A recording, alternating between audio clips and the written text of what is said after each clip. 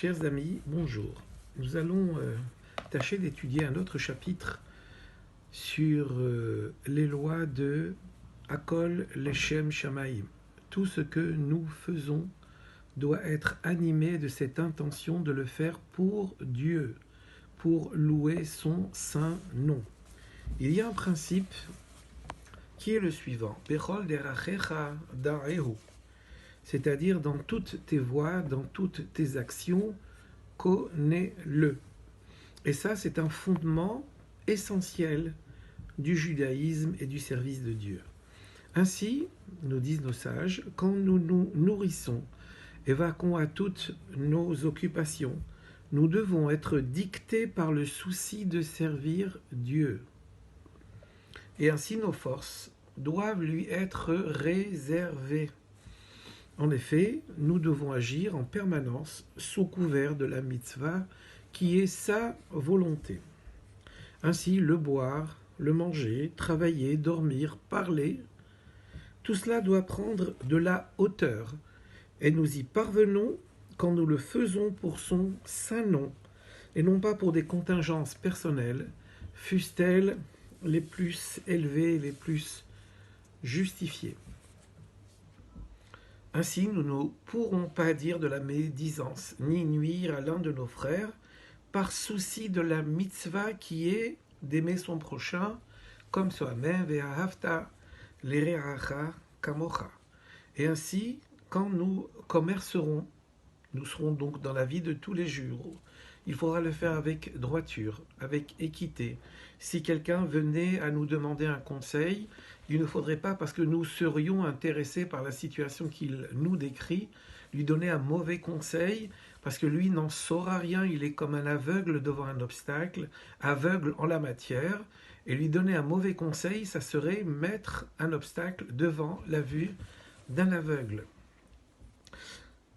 Donc, toutes nos actions, et on va citer un exemple tout à l'heure, il faut savoir que quelles que soient les relations que nous avons dans le travail ou dans la vie privée, tout cela doit être fait dans une intention particulière, celle d'obéir à l'esprit et à la lettre de la mitzvah.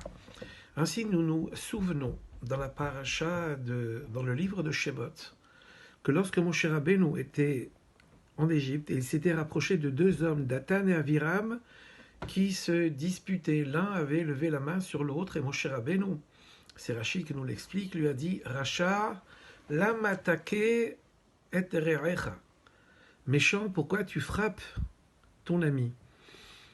Et Rashi nous apprendra qu'en vérité, il n'a pas encore frappé.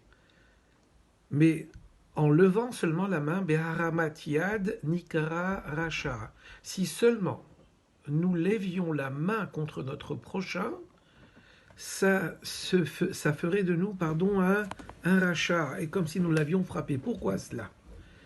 C'est parce qu'en vérité, la main a un objectif tout à fait noble. La main nous sert à mettre les tefilines, à allumer les nérotes, à faire la tzedaka, à tendre la main, à faire du bien autour de nous. Et si nous détournions l'objectif premier de la main, qui est de faire du bien, et qu'avec cette main, nous la levions, déjà, nous indiquons que nous changeons la destination de la main, qui n'est plus à l'évidence pour faire du bien, mais qui sera à l'évidence pour commencer à faire du mal.